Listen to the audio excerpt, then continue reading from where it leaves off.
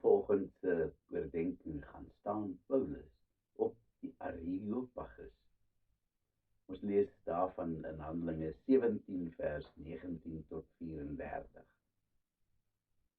Wat moet ek doen, Here? Hoe kan ek hierdie mense oortuig van die evangelie? Paulus is radeloos, want vir hom wil dit voorkom asof hierdie mense van Athene net heel dag lank wil redeneer en dat hulle nie eens belang stel om die ander kant se saak uit te luister nie. Hulle is so verstrengel in hulle eie kultuur en boonop nog die talle gode ook, dat hulle menslik gesproke onbereikbaar is. Here, ek weet werklik nie watter kant toe nie, bid hy raadloos. Maar die volgende dag kom die antwoord, nogal uit 'n totaal onverwagse rigting. Een van die filosowe met wie hy die vorige dag 'n vrugtelose redenasie gehad het, kom haal hom by sy blyplek.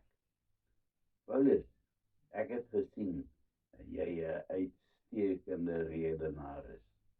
Ek dink die mense sou graag jou redenasies wou hoor. Ek wil jou uitnooi om saam met my na die Areopagus te kom. Dit is nou die plek waar al die filosowe bymekaar kom en daar kan jy ons meer kom vertel van hierdie nuwe leer wat jy verkondig. Dankie, Here, prewel Paulus. Waarom was ek tog so klein gelowig? Ek moes mos weet dat U op die regte tyd sou voorsien. Vergewe my asseblief, Here. Die man neem vir Paulus oor die markplein in die rigting van die magnifieke Akropolis.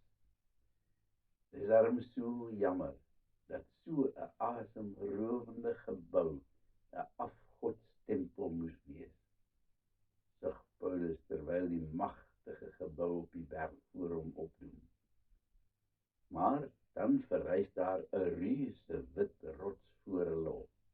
Hy wil nog wonder oor die rots, maar dan is dit asof die man sy gedagtes lees. Die beroemde Areopagus. Hier kan jy jou sê, lag die kerel. En boonop is dit ook die bymekaar kom plek van die beroemde raad van ons stad, wanneer hulle belangrike sake moet bespreek en gewigtige besluite moet neem. Hulle bestyg die rots.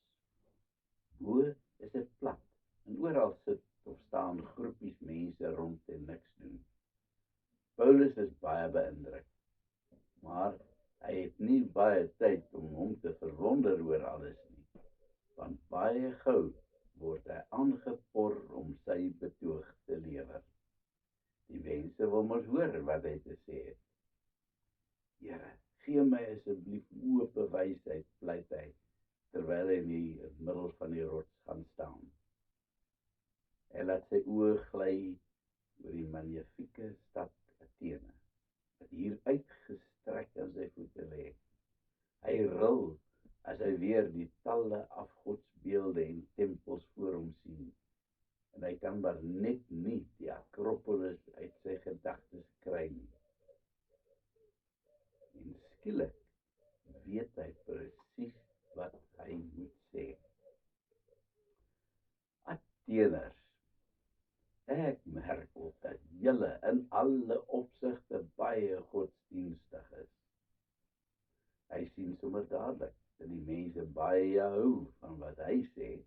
Hy moet net eenvoudig hulle vertroue wen.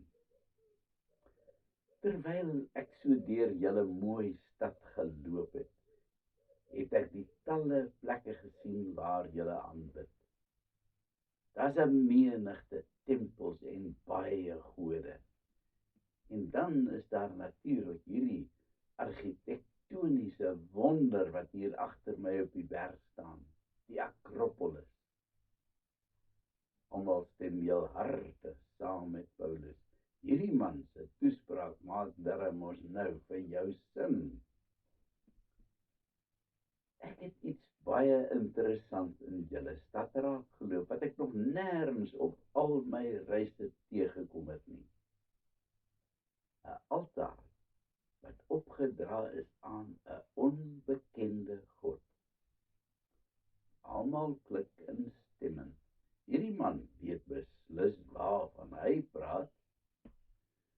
Wel, ek het vandag vir julle baie goeie nuus, want ek ken hierdie onbekende God. En dit is juis van hom wat ek vir julle wil vertel. Nou is almal die ene ore, want hulle het al baie gewonder oor hierdie onbekende God.